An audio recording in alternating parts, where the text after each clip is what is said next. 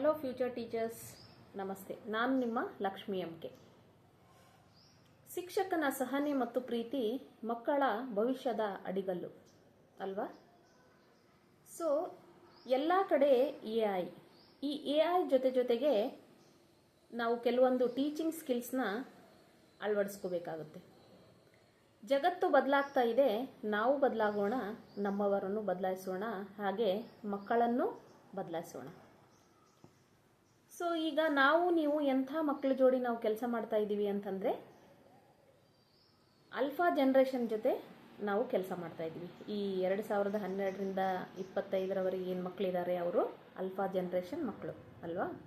So ಅಂಥ ಮಕ್ಕಳ ಜೊತೆ ನಾವು ಕೆಲಸ ಮಾಡುವಾಗ ಯಾಕೆ ಹೇಳ್ತಾ ಇದ್ದೀನಂದರೆ, ಇಂತಹ ಮಕ್ಕಳ ಮನಸ್ಥಿತಿ ಕ್ಷಣ ಕ್ಷಣಕ್ಕೂ ಚೇಂಜ್ ಆಗ್ತಾ ಇರುತ್ತೆ. ಸೊ ಅಂಥ ಮಕ್ಕಳನ್ನು ನಾವು ಒಂದು ಕ್ಲಾಸ್ ರೂಮಲ್ಲಿ 4 ಗೋಡೆಗಳ ಮಧ್ಯೆ ನಾವು ಹೇಗೆ ಹಿಡಿದಿಡಬೇಕು ಅನ್ನೋ ಒಂದು ಸವಾಲು ನಿಮ್ಮಲ್ಲಿ ಹುಟ್ಕೊಳ್ಳುತ್ತೆ.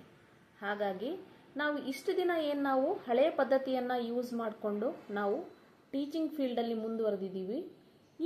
ಈ ಮುಂದೆ ಹಾಗಾಗೋಕೆ ಆಗಲ್ಲ. ಯಾಕಂದರೆ ಅಂಥ ಮಕ್ಕಳ ಜೊತೆ ನಾವು ಕೆಲಸ ಮಾಡ್ತಾ ಇದ್ದೀವಿ. ಸೊ ಅವರಿಗೆ ಕ್ಷಣ ಕ್ಷಣಕ್ಕೂ ಬುದ್ಧಿ ಚೇಂಜ್ ಆಗ್ತಾ ಇರುತ್ತೆ. ಅಂತಹ ಮಕ್ಕಳನ್ನು ನಾವು ಕ್ಷಣ ಕ್ಷಣಕ್ಕೂ ಯಾವ ರೀತಿ ಅವ್ರನ್ನ ನಾವು ಎಂಗೇಜಲ್ಲಿ ಇಟ್ಕೋಬೇಕು ಅನ್ನೋ ಒಂದು ಸ್ಕಿಲ್ಸ್ನ ನಾವು ಕಲಿಬೇಕಾಗುತ್ತೆ.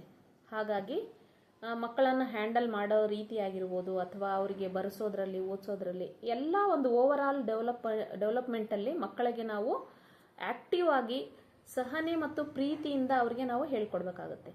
ಹಾಗಾಗಿ ಕ್ಲಾಸ್ ರೂಮಲ್ಲಿ ನಿಮಗೂ ಕೂಡ ಇಂತಹ ಕ್ವಶನ್ಗಳು ಅರೈಸ್ ಆಗಿದ್ದರೆ ನನಗೆ ಕಮೆಂಟ್ ಮುಖಾಂತರ ನೀವು ಆ ಒಂದು ವಿಷಯದ ಬಗ್ಗೆ ನೀವು ಪ್ರಶ್ನೆಯನ್ನು ಕೇಳಿದಾಗ ಮುಂದಿನ ವಿಡಿಯೋದಲ್ಲಿ ನೀವು ಇಬ್ಬರು ಸೇರಿ ಆ ಕ್ವಶನ್ನ ಬಗ್ಗೆ ಡಿಸ್ಕಷನ್ ಮಾಡಿ ಮಕ್ಕಳ ಭವಿಷ್ಯದ ಕಡೆಗೆ ನಾವು ಗಮನ ಹರಿಸೋಣ.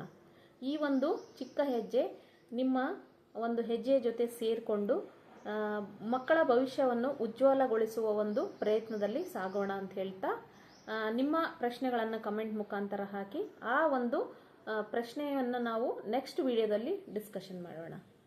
ನಮಸ್ತೆ.